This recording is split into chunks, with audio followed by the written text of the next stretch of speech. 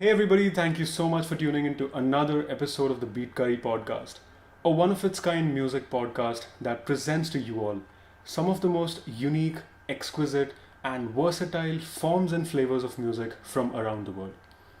Hey, this is Yash Warrior, and joining me on this week's episode is a virtuoso musician from Ukraine, Maria Viksnina, who plays this extremely amazing instrument that's called the Torban.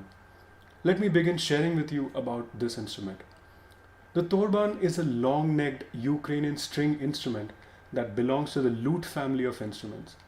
This 25 to 60 stringed instrument, the Torban has both fretted treble strings for the melody or harmony and also has unfretted bass strings as extensions, as you can see.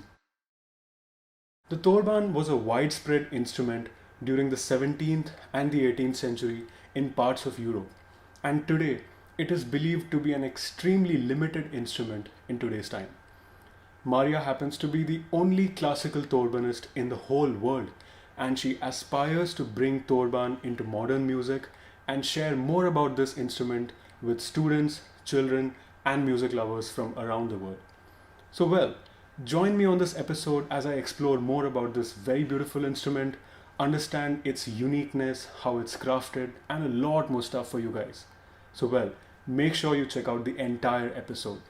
Presenting to you all, Maria Viksnina on the BeatCurry Podcast. Stay tuned, sit back, and enjoy this beautiful conversation.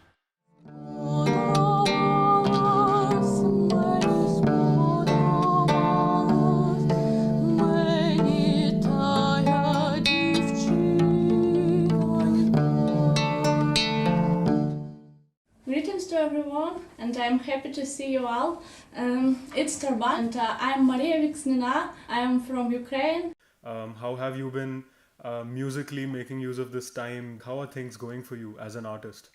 Now in Ukraine with the pandemic it's not very easy because many concerts are closed. We can't meeting with people, but also in autumn it will be start again. And I will be again played for people, music with Torban.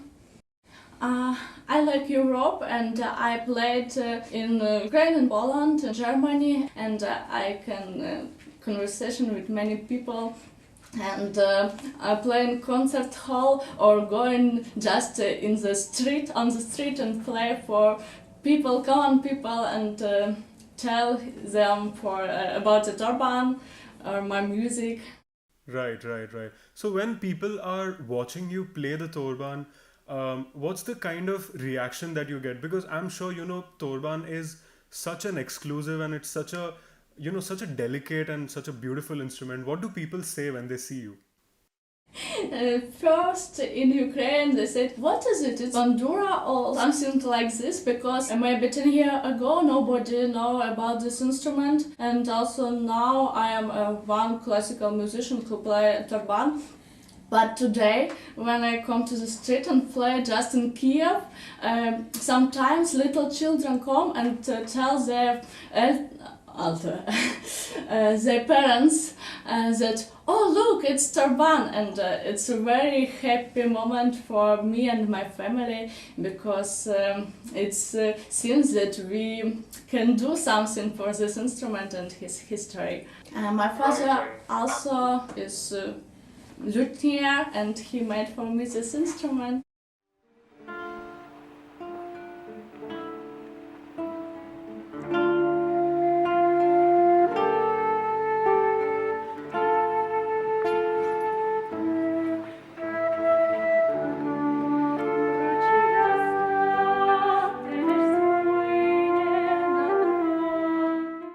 For the people who are watching this video, I'm sure you would be fascinated about such musical instruments, and you might be thinking, how did I get to know about such instruments? Where did you read about it? So, Maria, tell us about what exactly is the Torban? What makes it such a unique instrument in today's time? How is it constructed?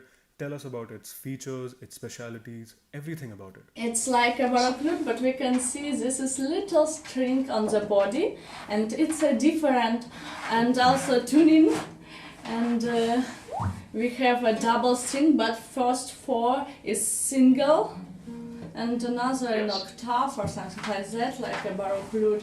But also it's have a more power tension, that we have really great bass or sound, and it's really interesting.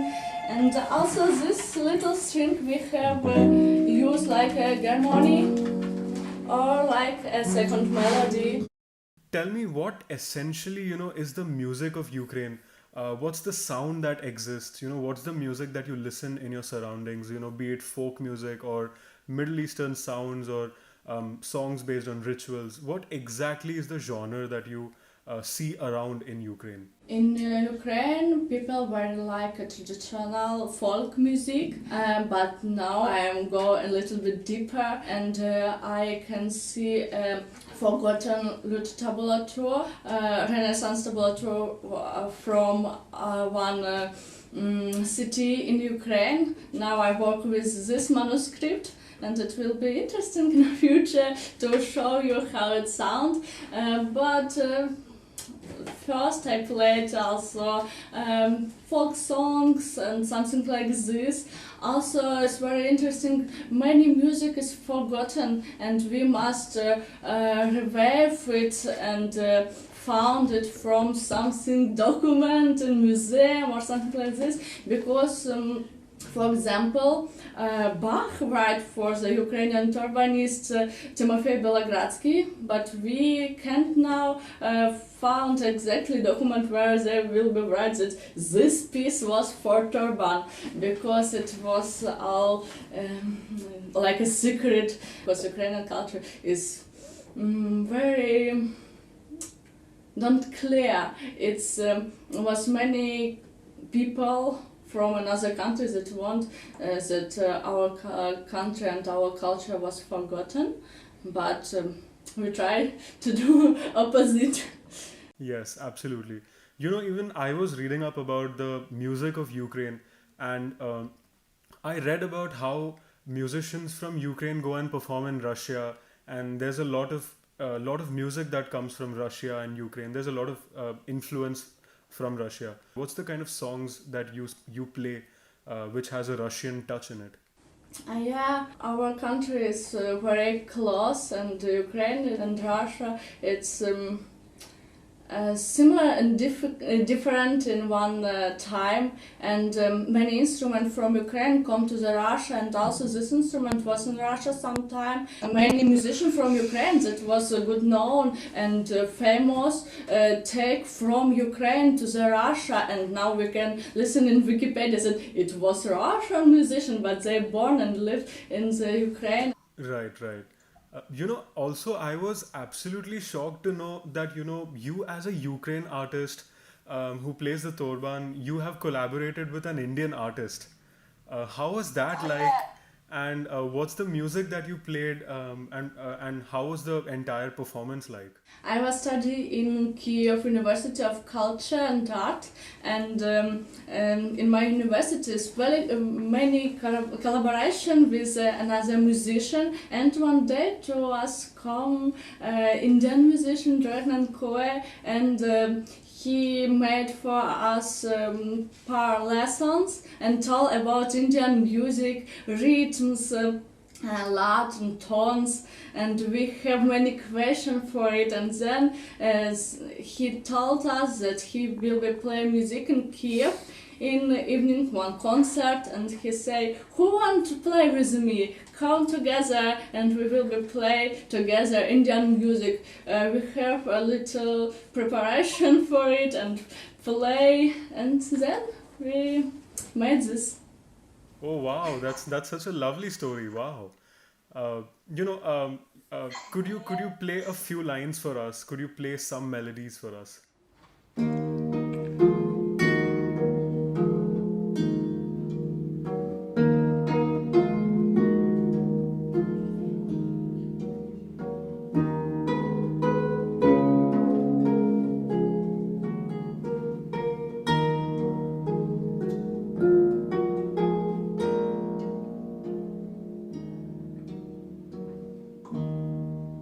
Ой, чи так ніч стоїть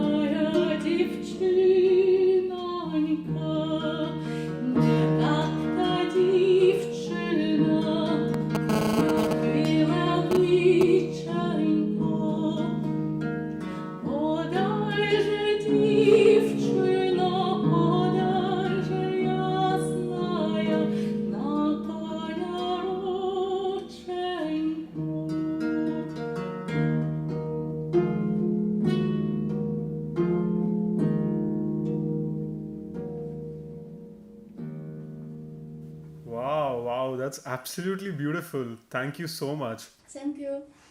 You know, this is something that you had shared with me, and I'm sure people would also be wanting to know about it.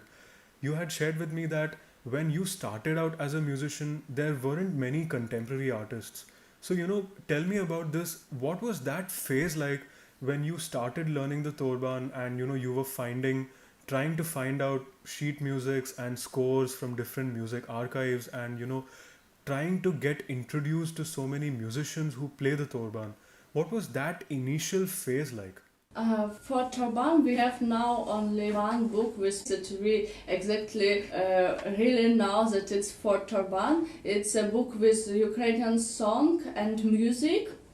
And it was written by Tomasz Padora. It's Ukrainian and Polish musician and torbanist. And we start with this. My father made for me some exercise for my hand. We try to find how it must sound, mix it, sounds cool from lute school, bandura school with this hand, some citra school, because the first Torban was played from Austrian musician and they played it, take instrument on the legs and play to hand a bow, the string like the sitar, and that we come to this classical school like a mix with lute and exactly Torban music. And then we made a video on YouTube and my father made it and sent in the internet, and then some people from abroad, music luthier and lutenist, write to us and start to write something like you must set made like this, or the hand must be not like a exactly guitar hand and something like a lute hand. And we start to conversation and try to find really Torban's way for making music.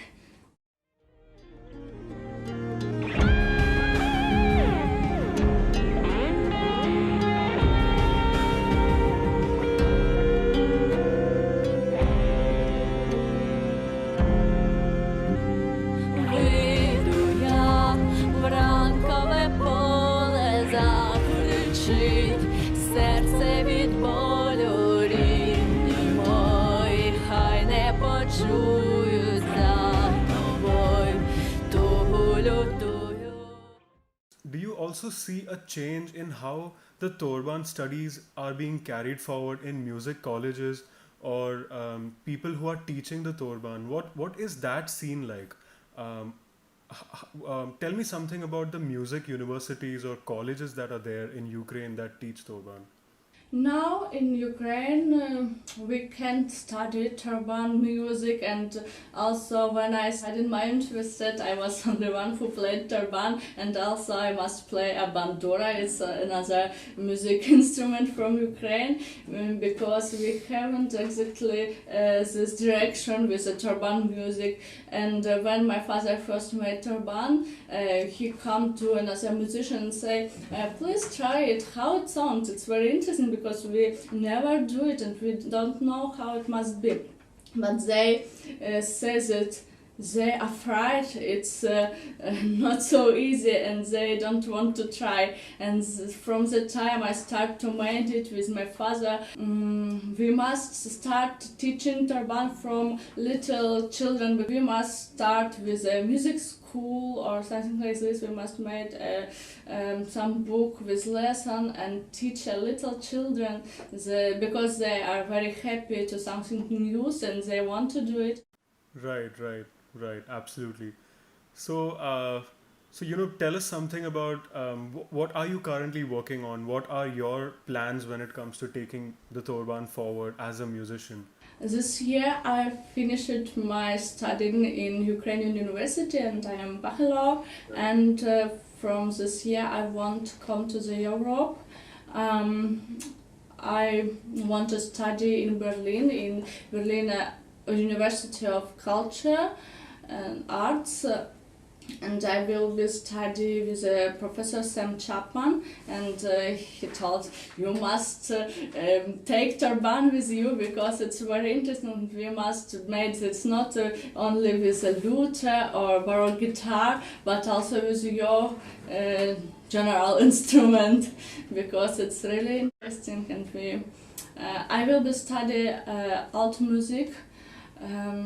Renaissance, Baroque, and a little bit more deeper, like medieval.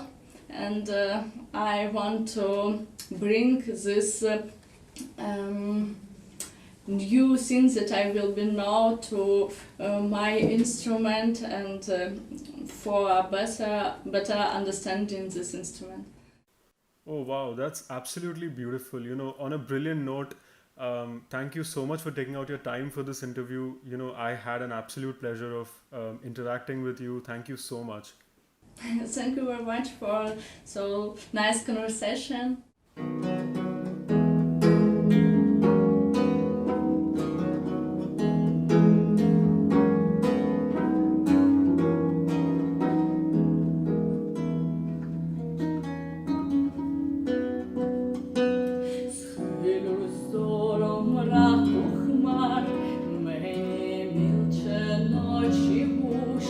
Над кипучих хвиль обшар знесе крила дитя пущ.